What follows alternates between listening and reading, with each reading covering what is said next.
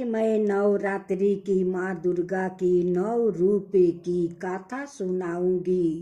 पहले सुनेंगे माँ शैलपुत्री की गाथा। नवरात्रि के पहले दिन माँ शैलपुत्री की पूजा की जाती है। पुराणों के अनुसार माता शैलपुत्री का जन्म पर्वतराज हिमालय की पुत्री के रूप में हुआ था, इसलिए उनका नाम शैलपुत्री है। माँ शैलपुत्री के एक हाथ में त्रिशूल और दूसरे हाथ में कमल मौजूद रहता है। माँ शैलपुत्री बैल पर विराजमान है। माँ शैलपुत्री को संपूर्ण हिमालय पर्वत समर्पित है। माँ शैलपुत्री का नवरात्रि का पहला दिन विधि पूर्वक पूजन करने से शुभ फल प्राप्ति किया जा सकता है। माना जाता है कि जिसकी कुंडली में मंगल की स्थिति खराब हो, उन्हें माँ शैलपुत्री की पूजा करनी चाहिए। माता को सफेद वस्तु पसंद है, इसलिए पूजा में सफेद फल फूल और मिष्टान चढ़ाना होता फलदायी है। कुंवारी कन्याओं का इस व्रत को करने से अच्छे वर की प्राप्ति होती है। माँ शैलपुत्री का पूजा व्रत करने से जीवन में स्थिरता आती है। एक बार प्रजापति दक्ष ने एक बड़ा यज्ञ करवाया। उसमें उन्होंने सारे देवताओं को यज्ञ में अपना अपना भाग लेने के लिए न्योता किया, परंतु शिव जी को उन्होंने न्योता नहीं किया। जब नारद जी ने माता सती को यह यज्ञ की बात बताई, तब माँ सती का मन वहां जाने के लिए बेचैन हो गया। उन्होंने शिव जी को यह बात बताई, तब शिव जी ने कहा, प्रजापति दक्ष किसी बात से हमसे नाराज हो गए हैं, इसलिए उन्होंने हमें जानबूझकर नहीं बुलाया, तो ऐसे में तुम्हारा वहां जाना ठीक नहीं है। यह सुनकर माँ सती का मन शांत नहीं हुआ। उनका प्रबल आग्रह देखकर शिव जी ने उन्हें वहां जाने की अनुमति दे दिया। जब माँ सती वहां पहुंची तो उन्होंने देखा कि कोई भी वहां पर उससे ठीक से प्रेम से व्यवहार नहीं कर रहा था। केवल उनकी माता ही उनसे प्रेम पूर्वक बात कर रही थी। तब क्रोध में आकर माता सती ने उस यज्ञ की अग्नि से अपना पूरा शरीर भस्म कर दिया और फिर अगले जन्म में पर्वतराज हिमालय के पुत्री के रूप में जन्म लिया और शैलपुत्री के नाम से जानी गई। अब आप सुनेंगे माँ दुर्गा का दूसरा रूप ब्रह्मचारिणी की कथा। माँ सती अग्नि की राख में भस्म होकर दूसरे जन्म में हिमालय की पुत्री के रूप में जन्म लिया और उनका नाम शैलपुत्री रखा गया। जब वह बड़ी हुई तब नारद जी ने उन्हें दर्शन दिया और बताया कि अगर वह तपस्या के मार्ग पर चलेगी तो उनके पूर्व जन्म के पति शिव जी ही वर के रूप में प्राप्ति होंगे। इसलिए उन्होंने कठोर तपस्या की, तब उन्होंने ब्रह्मचारिणी नाम दिया गया। उन्होंने 10 बरस केवल फल फूल ही खाए और 10 बरस तक जमीन पर सोई, कई बरस तक कठिन उपवास रखे और खुले आसमान के नीचे सर्दी गर्मी और घोर कष्ट सहे। 3000 बरस तक टूटे हुए बेलपत्र खाए और भगवान शंकर की आराधना की। उसके बाद कई हजार बरस तक निर्जल और निराहार रह कर तपस्या यह देख कर सारे देवता गण प्रसन्न हो गए और उन्होंने पार्वती जी को बोले कि इतनी कठोर तपस्या केवल वो ही कर सकती है, इसलिए उनको भगवान शिव ही पति के रूप में प्राप्ति होंगे। तो अब वह घर जाए और तपस्या छोड़ दे। माता की मनोकामना पूर्ण हुई और भगवान शिव ने उन्हें पत्नी के रूप में स्वीकार किया। अब आप सुनिए चंद्रघंटा माता की कथा। नवरात्रि के दिन तीसरा दिन माँ चंद्रघंटा की पूजा की जाती है। माँ ने मस्तक पर चंद्रमा को धारण की है। देवी की सवारी बाघ है और 10 हाथों में कमल, धनुष, बाण, कमंडल, गादा, पुष्प जैसे अस्त्र है। इनके कंठ में स्वस्ति पुष्प की माला और सिर पर मटुक है। अपने दोनों हाथों से वह साधकों को चिरायु, आरोग्य और सुख संपत्ति का वरदान देती है। माँ चंद्रघंटा की पूजा नवरात्रि के तीसरे दिन करने से भक्तों को जन्म जन्मांतर के कष्ट से मुक्ति मिल जाती है। प्राचीन समय में देव और देवों का युद्ध लंबे समय तक चला। देवों के राजा इंद्र और राक्षसों के राजा महिषासुर थे। इस युद्ध में देवताओं की सेना राक्षसों से पराजित हुई और एक समय ऐसा आया कि देवताओं विजय प्राप्ति कर महिषासुर सवाए इंद्र बन गया। उसके बाद देवता भगवान विष्णु और शिव जी के शरण में गए और उन्होंने बताया कि महिषासुर ने सूर्य, इंद्र, अग्नि, बाहु, चंद्रमा और उनको बंधक बनाकर सवाए स्वर्गलोक का राजा बन गया। यह सुनकर भगवान विष्णु और शिव जी को अत्यंत क्रोध आया। इस समय ब्रह्मा, विष्णु और शिव जी के क्रोध के कारण एक महातेज प्रकट हुआ और अन्य देवताओं के शरीर से भी तेज माया शक्ति बनकर एकाकार हो गई। यह तेज माया शक्ति एक पर्वत की समान थी। उसकी ज्वाला 10 दिशाओं में व्याप्त होने लगी, जिसके प्रभाव से तीनों लोक भर गए। समस्त देवताओं के तेज से प्रकट हुए देवी को देखकर देवताओं की खुशी का ठिकाना ना रहा। भगवान शिव ने उन्हें एक त्रिशूल दिया और भगवान विष्णु ने उन्हें एक शस्त्र प्रदान किया। इसी प्रकार सभी देवताओं ने देवी को अनेक प्रकार के अस्त्र शस्त्र दिए। इंद्र ने अपना वज्र और एक घंटा देवी को दिया। इसी प्रकार सभी देवताओं ने मिलकर देवी के हाथ में अनेक प्रकार का अस्त्र शस्त्र सजा दिए और वाहन के रूप में बाघ को दिया। और इसके बाद माँ चंद्रघंटा ने महिषासुर और उसकी सेना के साथ युद्ध किया और महिषासुर एवं अनेक अन्यायी राक्षसों का वध कर दिया। अब आप कुष्मांडा माता की कथा सुने। नवरात्रि के चौथे दिन माँ कुष्मांडा की पूजा की जाती है। कुष्मांडा माता ने अपनी मुस्कान से ब्रह्मांड की रचना की थी, इसलिए उन्हें सृष्टि की आद्या शक्ति के रूप में जाना जाता है। कुसुमंडा माता का रूप मोहित ही शांत स्वभाव और मोहिक माना जाता है।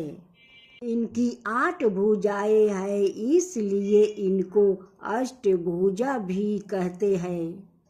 इनके 7 हाथों में कमंडल, धनुष, बाण, फल, पुष्प, अमृत कलश, चक्र, गदा है। 8 हाथ में सभी सिद्धि को देने वाली जप की माला है। माता का वाहन शेर है। माता के पूजा से भक्तों से सभी कष्ट का नाश होता है। ऊर्जा का छोटा सा गोला, एक ऐसा पवित्र गोला जिससे इस समस्त ब्रह्मांड की रचना की।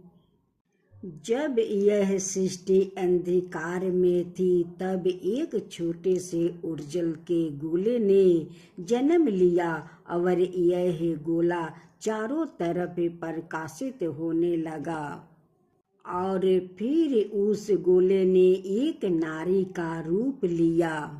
वह कुसुमंडा माँ के नाम से प्रचलित हुई। इनका स्थान सूर्य मंडल भीतरी लोक में है। सूर्य मंडल में निवास करने की क्षमता और किसी में नहीं है। माता ने सबसे पहले 3 देवियों की रचना की। वह 3 देवियों माँ लक्ष्मी, माँ काली और माँ सरस्वती थी। महाकाली के शरीर से एक नर और एक नारी जन्म लिया। नर के 5 सिर और 10 हाथ थे, उनका नाम शिव रखा गया। और नारी का 1 सिर और 4 हाथ थे, उनका नाम उन्हें सरस्वती रखा। महालक्ष्मी के शरीर से एक नर और एक नारी का जन्म हुआ। नर के नाम लक्ष्मी रखा गया। फिर माता सरस्वती के शरीर से एक नर और एक नारी का जन्म हुआ। नर का 1 सिर और 4 हाथ थे, उनका नाम विष्णु रखा। और महिला का 1 सिर और 4 हाथ थे, उसका नाम शक्ति रखा। माँ ने भगवान शिव को शक्ति, ब्रह्मा जी को सरस्वती और विष्णु जी को लक्ष्मी। माँ ने भगवान शिव को शक्ति, ब्रह्मा जी को सरस्वती और विष्णु जी को लक्ष्मी पत्नियों के रूप में वरदान किया। माँ ने उनके देवी देवताओं की रचना की, इसलिए इन्हें सृष्टि की रचयिता माना जाता है। अब आप सुने स्कंद माता की कथा। नवरात्रि के 5वां दिन माँ स्कंद माता की पूजा की जाती है। स्कंद माता का नाम 2 शब्दों से मिलकर बनता है। स्कंद और माता। स्कंद भगवान कार्तिकेय का दूसरा नाम है। कार्तिकेय भगवान शिव और माता पार्वती के पुत्र है, इसलिए स्कंद माता का अर्थ है कार्तिकेय की माता। माता की 4 भुजाएं हैं। वह एक हाथ में कार्तिकेय को पकड़े हुए है, दूसरे और तीसरे हाथ में कमल रखती है और चौथे हाथ से भक्तों को आशीर्वाद देती है। उनका वाहन शेर है और वह कमल पर विराजमान है। स्कंद माता विशुद्ध चक्र की अधित्री देवी। विशुद्ध चक्र हमारे गले के उभरे हुए भाग के ठीक नीचे स्थित होता है। स्कंद माता की पूजा करने से विशुद्ध चक्र जागृत होता है। और उस भक्ति को वाणी की सिद्ध प्राप्ति होती है। भक्ति का आयुष्य बढ़ता है और वह विद्वान बनता है। इनकी पूजा से 16 कलाओं और 16 विभूतियों का ज्ञान होता है। सती जब अग्नि में जल कर भस्म हो गई, उसके बाद शंकर भगवान ने संसारी के मामलों से दूर हो गए और कठिन तपस्या में लाग गए। उसी समय देवतागण ने तारकासुर के अत्याचार भोग रहे थे। तारकासुर को वरदान था कि केवल भगवान शिव की संतान उसका वध कर सकती है। बिना सती के संतान नहीं हो सकती थी। इसलिए सारे देवता भगवान विष्णु के पास गए। तब विष्णु ने उनको कहा कि यह सबकी वजह आप लोग ही हो। अगर आप सब राजा दक्ष के वहाँ बिना शिव जी के नहीं गए होते तो सती को अपना शरीर नहीं छोड़ना पड़ता।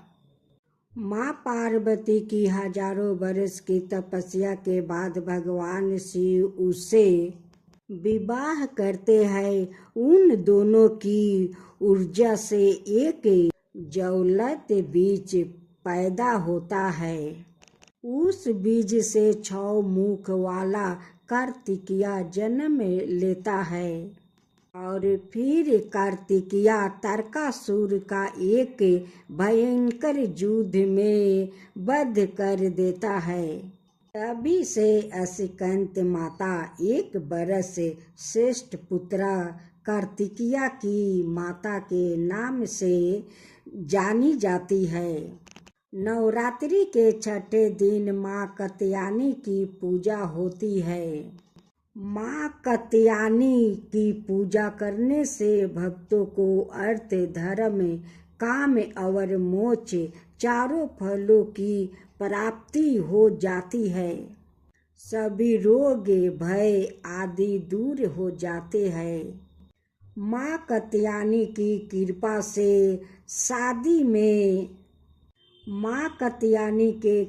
से शादी में आने वाली बाधाओं दूर हो जाती है और बृहस्पति देव शादी के योग भी बनते हैं और उनकी पूजा से वैवाहिक जीवन भी अच्छा रहता है। पुराणों के अनुसार महिष कात्यायन ने माँ आदि शक्ति की घोर तपस्या की थी। उनकी तपस्या से प्रसन्न होकर माँ ने उनके यहाँ पुत्री के रूप में जन्म लेने का वरदान दिया था। माँ का जन्म महिष कात्यायन के आश्रम में हुआ था। तब त्रिदेवों के तेज से माँ की उत्पत्ति हुई थी। माँ ने 10वीं तिथि के दिन महिषासुर नाम के राक्षस का वध किया था। इसके बाद शुभ निशुभ ने भी स्वर्गलोक पर आक्रमण करके इंद्र का सिंहासन छीन लिया था। उनका अत्याचार बढ़ने से माँ ने उनका भी वध कर दिया था। इस तरह अगर माँ कात्यायनी की पूजा की जाए, व्रत को बढ़ाए, सुना जाए, माँ उनके सुपुत्र से उनकी रक्षा सेवा करती है। नवरात्रि के 7वां दिन माँ कालरात्रि के पूजा की जाती है। काल अर्थ मृत्यु होता है और रात्रि का अर्थ अंधकार होता है। कालरात्रि का अर्थ अंधकार और अज्ञानता की मृत्यु होता है। माँ कालरात्रि दुर्गा का सबसे भयंकर रूप है। कालरात्रि माँ का रूप गहरा है। माँ के गले में बिजली की माला और बाल बिखरे हुए है। माँ कालरात्रि के 4 हाथ है और उनका एक हाथ वर मुद्रा जिससे वह भक्तों को आशीर्वाद देती है। दूसरा हाथ अभय मुद्रा में है जिससे वह भक्तों की रक्षा करती है। तीसरे हाथ में उन्होंने वर्ज पकड़े है और चौथे हाथ में नीकीला घंटा है। माँ कालरात्रि का वाहन गधा है। माँ की पूजा करने से भक्ति अपने क्रोध में नियंत्रण ला। नवरात्रि का 7वां दिन तांत्रिक क्रिया के साधन करने वाले लोग के लिए अति महत्वपूर्ण होते हैं। प्राचीन समय में शुभ न शुभ दैत्यों ने अपने बल से इंद्र का राज्य छीन लिया था और उनको अत्याचार देवताओं पे बहुत बढ़ गया। तब वहाँ मदद मांगने के हिमालय पर्वत पर जाकर माँ भगवती की विनती करते हैं। माँ पार्वती को जब इनके बारे में पता चलते हैं तब उनके शरीर से अंबिका निकलती तो पार्वती ने अंबिका को दैत्यों के संहार के लिए भेजा। युद्ध में शुभ और नशुभ ने 2 राक्षसों के चंड और कुंड को भेजा। अंबिका देवी ने चंड और कुंड से लड़ने के लिए काली देवी का निवारण किया और काली माता ने चंड और कुंड को वध किया। इसलिए वह चंडमुंड के नाम से जानी जाने लगी। इसके बाद शुभ और नशुभ ने रक्त बीज नामक अति पराक्रमी राक्षसों को भेजा। उसको ब्रह्मा जी से वरदान था कि जब उसकी एक भी रक्त की बूंद जमीन पर गिरेगी वह दूसरा रक्त बीज बन जाएगा जिससे उसके जैसे पराक्रमी पैदा हो जाएगा। युद्ध में जब रक्त बीज का रक्त गिरते ही वहाँ पे बहुत सारे दानव पैदा हो गया। तब देवताओं का भय बढ़ गया। उनका भय देखकर अंबिका माँ ने माँ काली से कहा, हे चंडमुंड, अपने रूप को बड़ा करो और रक्त बीज से उत्पन्न हुए सारे महाअसुरों का भक्षण करो। उसके बाद काली माँ ने अपना रूप बड़ा करके अपने त्रिशूल से रक्त बीज पर प्रहार किया। तब रक्त बीज के शरीर से जो भी रक्त निकला उसको माँ ने पी लिया। उसके बाद माँ ने रक्त बीज को वज्रबाण खड़ग से मार डाली।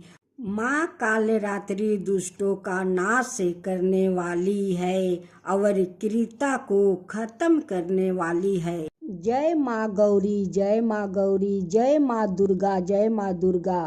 नवरात्रि के 8वां दिन माता महागौरी की पूजा की जाती है। माँ महागौरी की पूजा अर्चना से भक्तों के सारा कष्ट दूर होते हैं। महागौरी के तेज से ही संपूर्ण विश्व से प्रकाशमान होता है। इनकी शक्ति अमोघ फल देने वाली है। इनके पूजा से स्वभाव में वृद्धि होती है। माता ने महा तपस्या करके गौर वरण को प्राप्ति किया है, इसलिए इनको महागौरी कहते हैं। माँ के 4 हाथ है। इनके दाएं तरफ के ऊपर वाले हाथ में त्रिशूल धारण किया है। नीचे वाले हाथ में वरदानी मुद्राओं में है। बाएं तरफ के ऊपर वाले हाथ में अभय मुद्राओं धारण किए हुए है। और नीचे वाले हाथ में डमरू को धारण किए है। माँ का वाहन बैल है। माता पार्वती ने शिव जी के लिए कई साल तक कठोर तपस्या की थी। जब भगवान शिव उससे प्रसन्न हुए तब उन्होंने माता को वरदान मांगने को कहा। माता ने वरदान में उन्हें मांग लिया। माता के कई साल तक जंगल में रहने से और भूखे प्यासे रहने से वह काफी दुबल और उनका रंग काला हो गया था। इसलिए शिव जी ने उन पे कमंडल डालकर उन्हें गौर वरण दिया। तब से वह महागौरी के नाम से जानी जाती है। दूसरी कथा यह भी है कि जब माता जंगल में तपस्या कर रही थी तब एक सिंह वहां आ पहुंचा और वह भूखे था, इसलिए माता को देखे उस लालच आ गया। परंतु माता तपस्या में लीन थी, इसलिए वह सिंह वही बैठा माता की तपस्या खत्म होने का इंतजार कर रहा।